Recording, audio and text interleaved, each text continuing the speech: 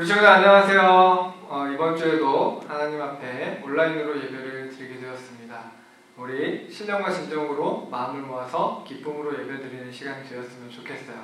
시간 사도신경으로 신앙 고백하심으로 9월 13일 중등부 예배를 하나님 앞에 올려드리겠습니다.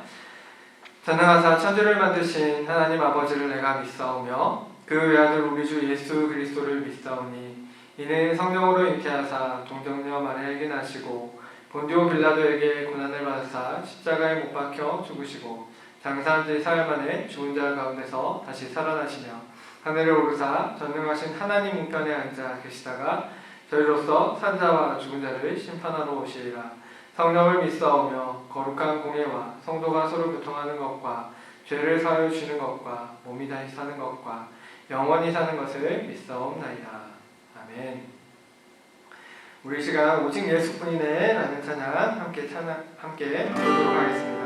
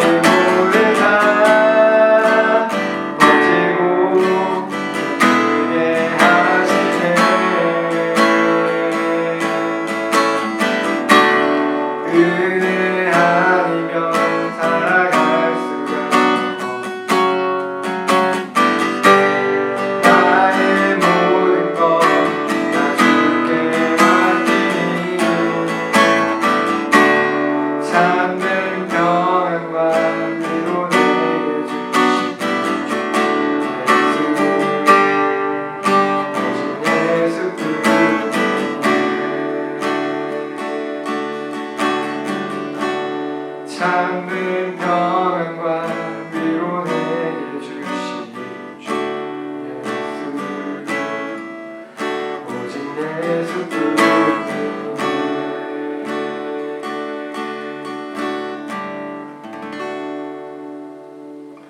이제 목사님이 기도하도록 하겠습니다. 하나님 아버지, 우리는 정말 어려운 시대를 살아가고 있는 중에 있습니다. 하나님, 자유롭게 학교를 갈 수도 없고 자유롭게 친구들을 만날 수도 없고 마음껏 거리를 활보할 수도 없는 상황 속에 있습니다. 하나님, 우리에게 주어진 이 질병이라는 어려움을 잘 극복할 수 있도록 인도하여 주시옵소서. 하나님, 이 코로나가 우리 곁을 빨리 떠나게 하시고 치료제와 백신이 하루속히 만들어질 수 있도록 인도하여 주시옵소서. 그리하여 우리가 일상을 회복하며 하나님을 마음껏 예배하는 그 날을 우리에게 허락하여 주셔서 온전히 기쁨으로 하나님의 전에서 예배할 수 있도록 인도하여 주옵소서. 특별히 하나님, 우리 중등부 친구들 믿음이 연약해지지 않도록 인도하여 주시고 하나님을 사랑하고 하나님을 붙잡고 믿음으로 살아갈 수 있는 은혜를 더해 주옵소서. 하나님, 우리에게 닥쳐진 많은 일들로 인하여 우리의 마음이 연약해질 때마다 하나님께서 우리를 붙잡아 주시고 온전히 하나님을 바라보는 귀한 사람들로 세워주도록 인도하여 주시옵소서. 오늘 말씀을 들으며 정말 우리가 바라보고 살아가야 하는 것이 무엇인지 다시 한번 기억하게 하시고 온전히 하나님만 사랑하는 귀한 믿음의 사람들 될 수 있도록 인도하여 주옵소서. 감사드리며 예수님의 이름으로 간절히 기도드립니다. 아멘. 네, 성경 봉독하겠습니다. 오늘 함께 보실 하나님의 말씀은 역대하 3장 1절부터 2절까지 말씀입니다. 역대하 3장 1절부터 2절까지 말씀입니다. 조금 찾기 어려울 수도 있겠지만 우리 친구들 반드시 성경책을 찾아서 함께 읽었으면 좋겠습니다. 목사님이 봉독하도록 하겠습니다. 솔로몬이 예루살렘 모리아산에 여호와의 전 건축하기를 시작하니 그곳은 전에 여호와께서 그의 아버지 다윗에게 나타나신 곳이요 여부스 사람 오르나는 타작마당에 다윗이 정한 곳이라. 솔로몬이 왕 위에 오른 지 넷째 해 둘째 달 둘째 날 건축을 시작하였더라. 아멘.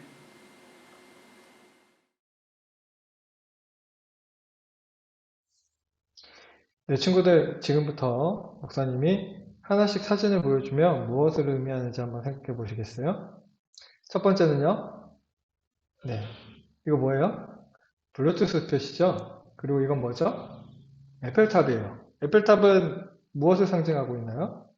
그렇죠. 파리의 대표적인 상징물이죠. 그리고 세 번째로는요, 네, 자유의 여신상이라고 불리죠.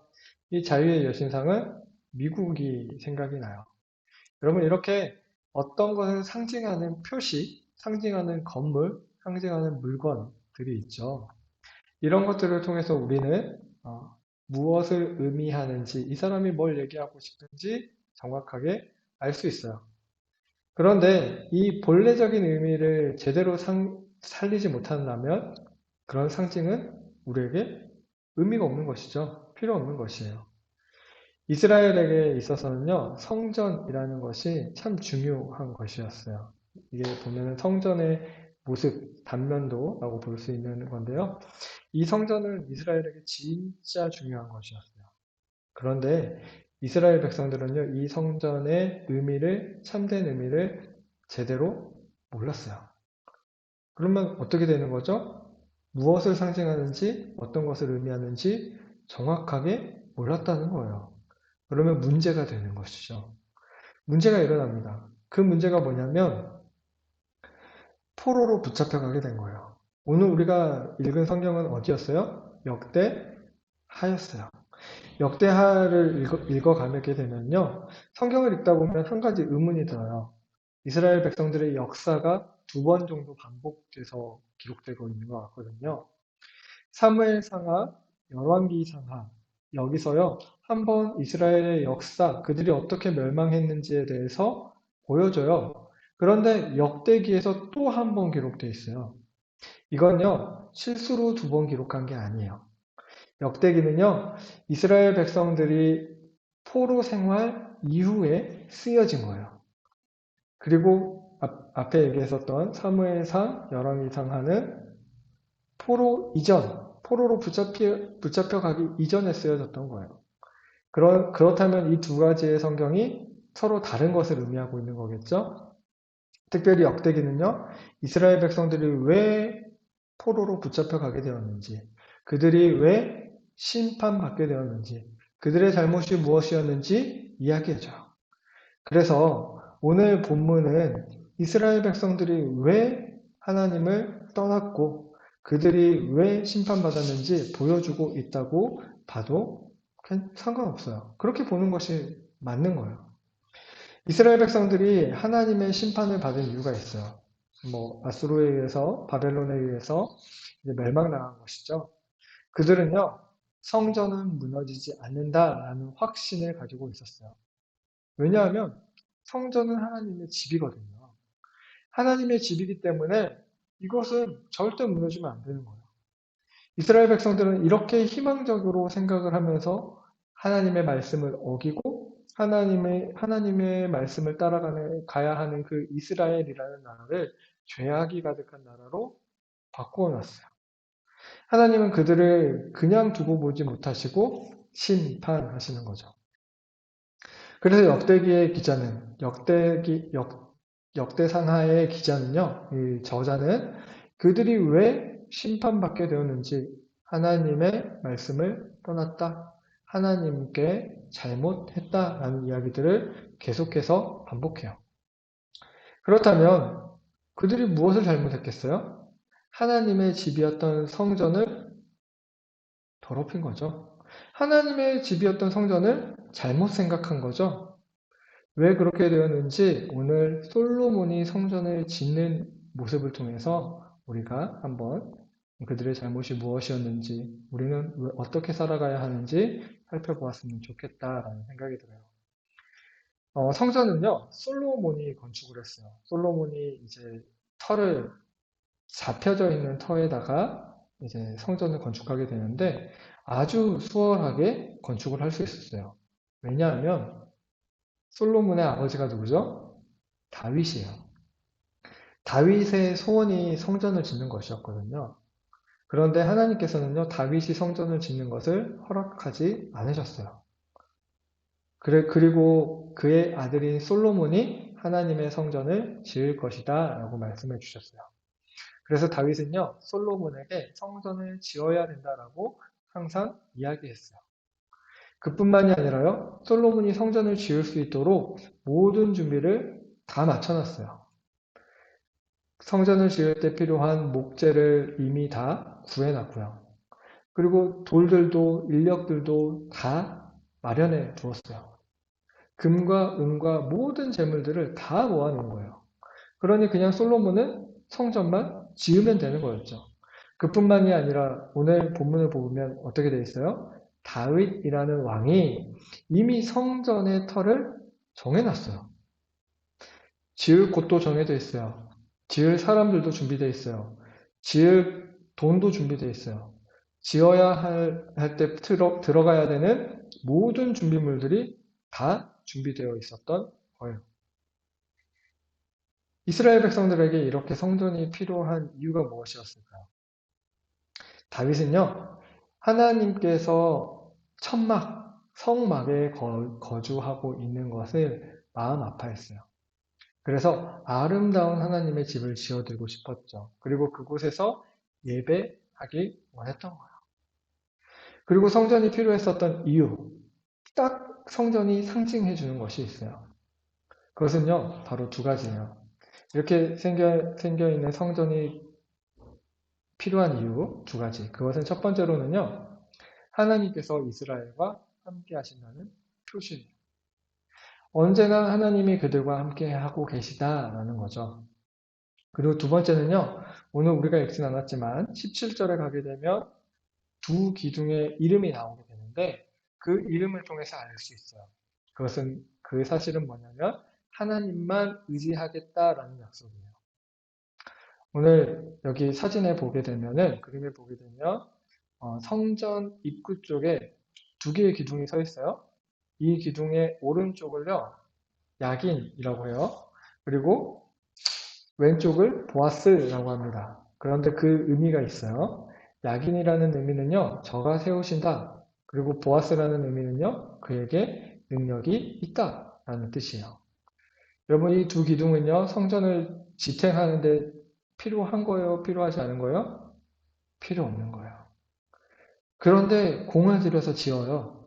왜 공을 들여서 짓냐면, 그리고 이 기둥의 꼭대기에 보면 이게 석류 모양이라고 성경은 기록하거든요. 석류 모양으로 아름답게 장식을 했어요. 이렇게 불필요해 보이는 기둥을 세운 이유는요, 이 성전이 가지고 있는 의미를 나타내는 거예요. 이 기둥의 오른쪽이 야긴, 왼쪽이 보아스. 저가 세우신다, 그에게 능력이 있다. 하나님이 세우시는 거예요. 하나님의 능력이 있어요. 그러니까 어떻게 하는 거예요? 하나님이 이스라엘을 세우시고 하나님이 능력이 있으니까 하나님을 의지해야 된다는 거죠. 우리는 하나님만 의지하겠습니다라는 표시인 거예요. 성전은 두 가지 의미가 있는 거죠. 첫 번째, 반복하는 거예요. 첫 번째, 하나님께서는 이스라엘과 함께 하신다. 두 번째, 이스라엘 백성들은 하나님만 의지한다. 이것이 성전이 보여주고 있는 상징인 것이죠. 이것이 무너지면 성전이 필요 없게 되는 거예요. 하나님과의 이 약속이 깨진다면 성전은 아무 의미가 없는 거예요. 더 이상 성전의 기능을 잃어버리는 거죠. 성전이 필요하지 않게 돼요. 그래서요, 하나님은 역사적으로 보여주셨어요. 예전에 이스라엘 백성들이 블레셋과 전쟁을 하기 위해 나갔습니다. 그런데 그 블레셋과의 전쟁 중에 자신들이 불리하다라는 생각이 드는 거예요. 그래서 하나님께 기도하지 않고 하나님께 묻지 않고 그저 법궤라는 것을 들고 와요. 법궤는 하나님의 임재의 상징이거든요. 법궤를 들고 와서 전쟁을 합니다. 그러면 자기들이 이길 줄 알았어요. 왜? 법궤는 하나님이니까요. 법궤는 하나님이니까 하나님의 임재니까 자신들과 함께 해주셔서 우리가 이길 줄 알았어요. 그런데 졌어요. 왜요? 하나님을 진정으로 의지하지 않는 진짜 마음이 없는 그저 행위는 아무런 의미가 없는 것이죠. 그래서 이스라엘 백성들에게 하나님은 보여주셨어요. 성전이 무너지지 않을 것이다. 무너뜨려 버리시는 것이죠. 왜요? 하나님의 마음에 맞게, 하나님의 말씀에 맞게 살지 않았기 때문에. 우리가 하나님만 의지하겠습니다. 라고 했던 이스라엘 백성들이 우상을 섬기고, 돈을 섬기고, 권력을 섬기고, 이방 나라들을 의지하고 하는 거예요. 그러니 성전이 더 이상 필요하지 않는 거죠. 의미의 상실이 일어난 거예요. 하나님의 법궤가 승리를 가져오는 것이 아니듯이 하나님의 성전이 안전을 보여주는 것이 아니었어요. 하나님을 의지하는 그 믿음이 승리를 가져오는 것이고요. 우리의 안전을 지켜주는 것이죠. 이스라엘 백성들은 잘못 생각했어요. 성전이 있으면 안전할 거야. 우리가 외적인 것만 갖추면 괜찮을 거야. 여러분, 하나님은 마음을 원하시죠. 진짜 하나님의 사람들로 살아가는 걸 원하세요. 그렇다면 우리는 어떻게 살아야겠어요? 우리는 뭐라고 불러요? 기독교인이라고 부르죠. 우리를 기독교인이라고 불러요. 그 말은 뭐냐면 기독교의 정신으로 살아가는 사람들. 좀 더 오늘 본문에 맞게 얘기하면 하나님의 말씀대로 살아가는 사람들. 그게 기독교인이죠. 그렇다면 말씀대로 살아가지 않는 우리에게 기독교인이란 그냥 허울에 불과한 것이죠. 우리가 말씀대로 살아갈 때, 하나님의 말씀을 붙잡고 하나님을 사랑하는 그 자세로 살아갈 때 우리는 허울뿐만이 아닌 진짜 하나님을 의지하는 사람들이 될 수 있어요. 그래서 우리는 진짜 믿음의 사람이 되어야 해요. 진짜 믿음의 사람은요, 하나님의 말씀대로 살아가는 사람. 하나님이 no라고 하면 no, 하나님이 yes라고 하면 yes. 이렇게 살아가서 우리 이 사실을 기억하고 하나님의 말씀을 제대로 의지하고 진짜 믿음의 사람으로 살아가는 저와 여러분들이 되시길 주님의 이름으로 축원합니다. 아멘. 네, 우리 친구들 말씀을 기억하며 하나님께 감사하는 마음을 담아서 귀한 예물을 하나님 앞에 올려드리도록 하겠습니다. 우리 계속해서 부르는 찬양, 우리 내 삶을 깨뜨립니다. 함께 찬양하면서 예물 올려드리도록 하겠습니다.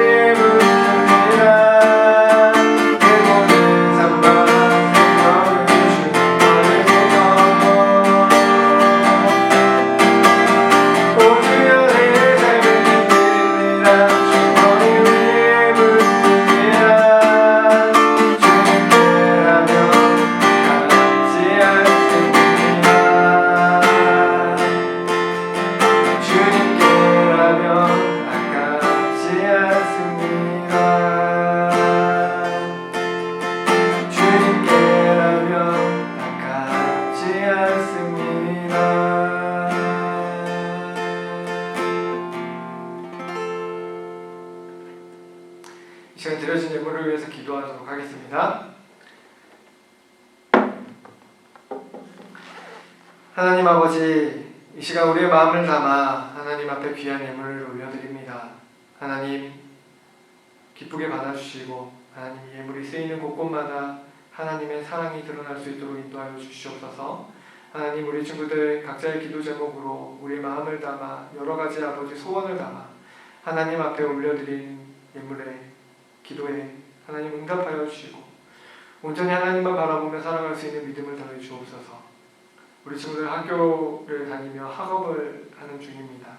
지혜 주시고 힘 주시고 능력 주셔서 하나님 모든 꿈을 이루어갈 수 있도록 하나님이 주신 비전들을 이루어갈 수 있도록 인도하여 주시옵소서. 감사드리며 예수님의 이름으로 간절히 기도드립니다. 아멘.